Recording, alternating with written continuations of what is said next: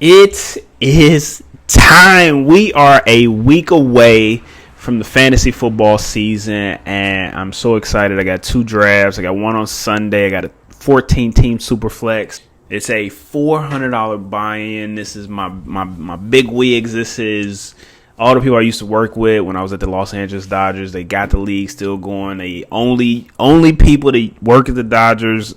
It's the upper echelon, the execs there. And it's my most challenging because Superflex is kind of new to me. I've only been doing it for a couple of years, but that draft is I'm most excited for.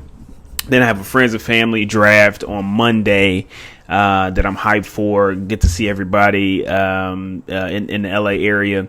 That is a 12-team, just standard PPR. I believe we're doing 2 flex spots. But so I've been mostly focused on the 14-team super flex.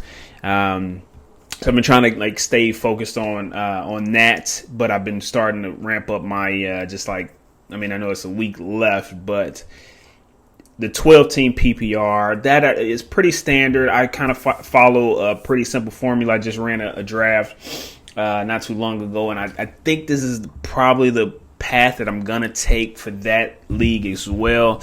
I had the 7th pick here. I think for those type of drafts, you want to be as flexible as possible. I am a firm believer of you wait on tight end. It's tight end points are very, you're not gonna win your league getting a tight end early, I feel. But I think you can lose it if that tight end does not meet expectations. So I'm a big believer. I hold off tight end as long as possible. Quarterback, I think, is the same way. There are so many quarterbacks within this realm, within this 12 team. You got 32 quarterbacks, so there's always going to be an option out there that might be better. Maybe you get 2 at the end of the draft, but you don't need to reach for these 2 early. There's always one quarterback at the end of the draft. I feel like Patrick Mahomes was one when he first started that you can take late, and it's going to be a valuable option. Jaden Daniels was case in point, prime example last season. So I wait on QB. But you just want to stack your team, stack your roster, stack your bench with elite options at the running back and wide receiver position. So this draft, I had the 7th pick. Justin Jefferson came around. I was contemplating CeeDee Lamb, but I think Justin Jefferson is the safer pick. This is a tough one. Justin Jefferson I think is the far better player than CeeDee Lamb, but they're fairly close.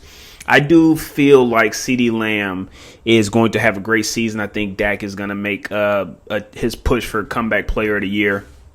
And I think that offense is going to be very pass heavy. So I was very torn here. I think I almost clicked CeeDee Lamb, but I don't think either one you can go wrong. I think Justin Jefferson, Kevin O'Connell, that offense, they're going to find a way to get him the ball. And he doesn't have as much competition as CeeDee Lamb does have with George Pickens, even though I do believe that Dallas is going to throw the ball more. So I think those are 1A, 1B.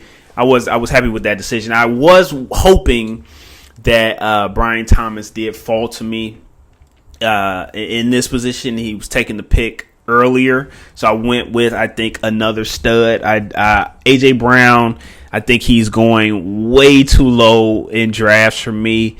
Top 5 wide receiver in the league always. I understand the situation that they have in Philly, running the ball. You got Saquon, you got that great offensive line, but I just have a feeling that it's not going to work out. And as far as fantasy, it never works out exactly how you think it's going to work out. You think they're going to follow the same formula that they did last year, and every year it's completely different. So I think AJ Brown is a steal as my number 2 wide receiver. I think that's ridiculous. Next option, I was contemplating Tyreek Hill here, and he went to pick after me. I think Tyreek Hill is going to have a bounce back year. I think Miami's offense, they just had a down year last year. I know there's the front office is on fire and it looks like hell bent, but I think that offense is going to have a bit of a bounce back year. Tua, Mike McDaniel, they're all kind of on the hot seat. They're feeling the pressure, so they're going to want to perform, be better than they were. I just hope that they can find a way to perform in cold weather, because I don't know why they still haven't figured that out yet. I know it's Miami, which I'll need to go practice in New York to make sure that that you guys are ready for the playoffs. So I went James Cook. I was like, I kind of want to get a solid running back here.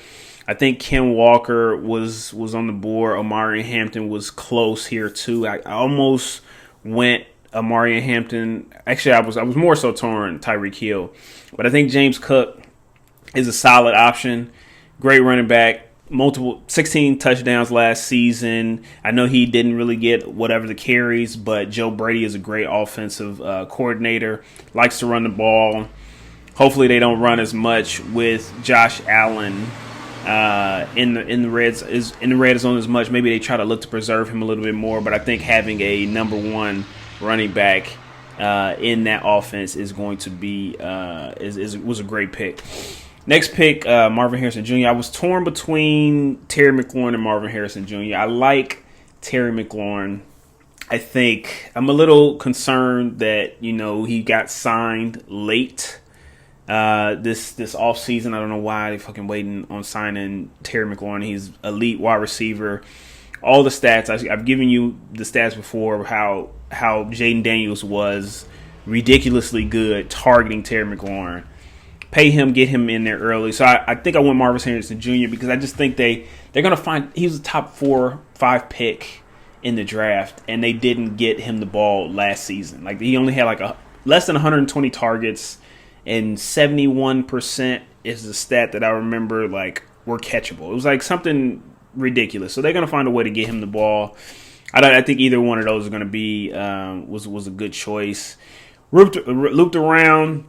I was hoping T-Mac fell to me here. I would have loved to take him. TreVeyon Henderson was also another one that I was eyeing. But again, when I target my running backs, I want great offenses. I want teams that I think are going to be able to put up some points. And Isaiah Pacheco is, I think, another one. He had a bad year last year. So, again, buying the dip, buying the teams that struggled or the player that struggled the previous season, they're putting the work in the offseason to make that rebound the following season. So I think Isaiah Pacheco, his injury last year hampered him.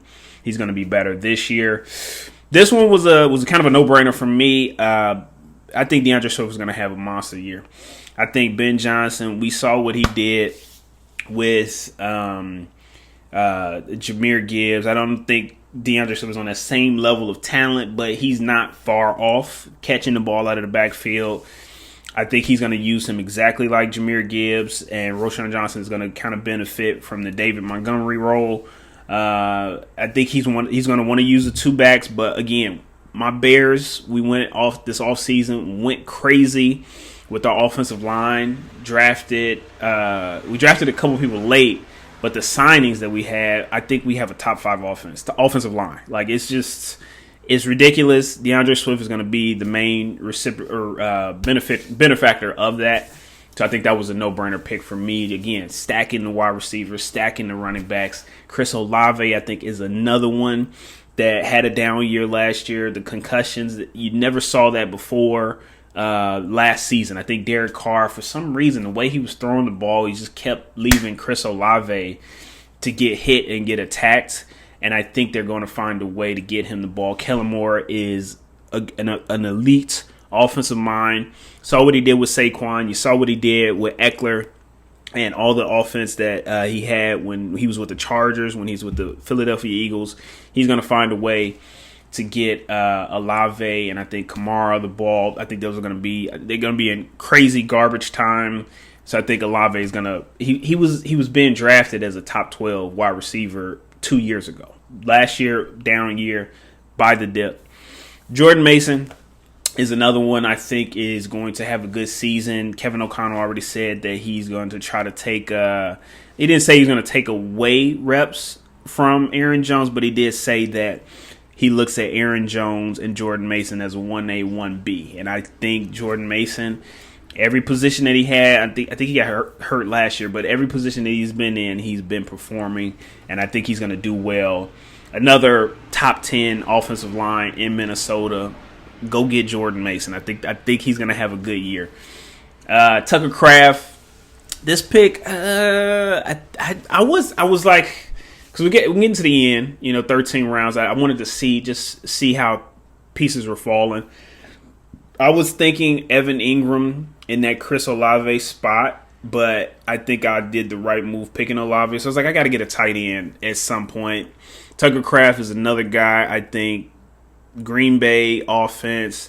Jordan Love played great last season, or he didn't play great last season. He had some injuries, and they still won 11 games. Like, I think Jordan Love, it's a lot of wide receivers there. I don't know if I would necessarily mess with the wide receiver room, but Tucker Kraft, yards per catch, elite, yards per target, elite.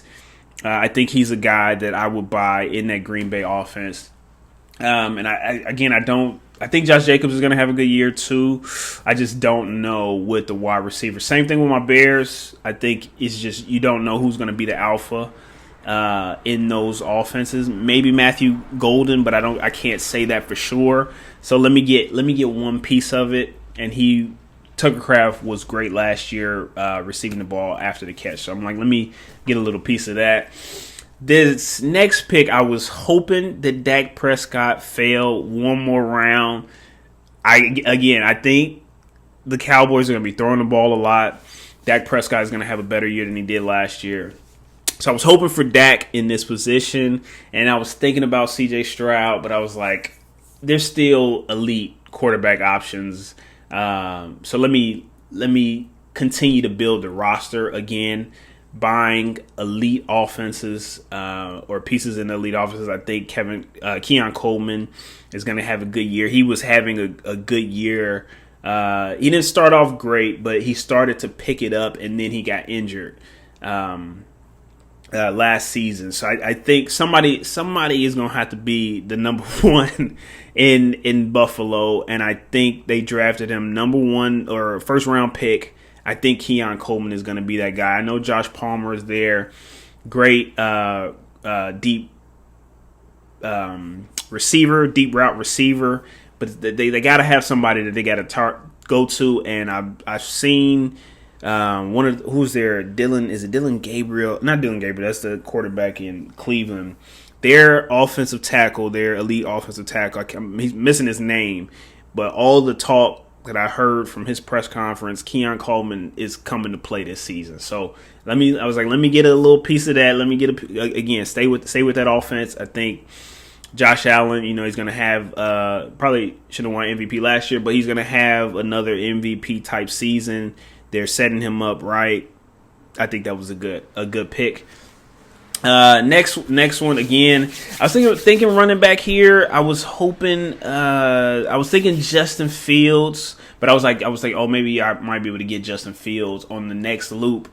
But I ended up taking Tank Bigsby here. I was like, I want one more running back. I think in the PPR 12-teamer, I want to get at least 5 or 6 of each position. And then, worry about the tight end and worry about the quarterback because there are going to be so many. So I went Tank Bigsby again. Trevor Etienne is not. I think he's going way too low in drafts. I think they're going to use them, as a bit of a committee. But Tank Bigsby showed a lot last season. And Liam Cohen, what he did with Bucky Irving in Tampa, if there's a little resemblance of that, I think Tank Bigsby is going to have a good year. Next QB came up. I was contemplating Justin Fields here, but then I saw that I did take Justin Jefferson earlier, so I was like, you get bonus points, or there's a little bit of just an extra value in stacking. So I was like, let me go JJ McCarthy. Even though I'm not a big fan of JJ, I was like, let me take JJ McCarthy and take another quarterback. And then I took Trevor Lawrence on the swing around. I think this was a solid draft. It was like 30 seconds. I just wanted to see how it would look.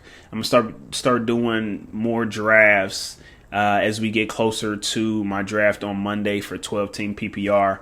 But let me know what you guys think. I think this was a solid draft.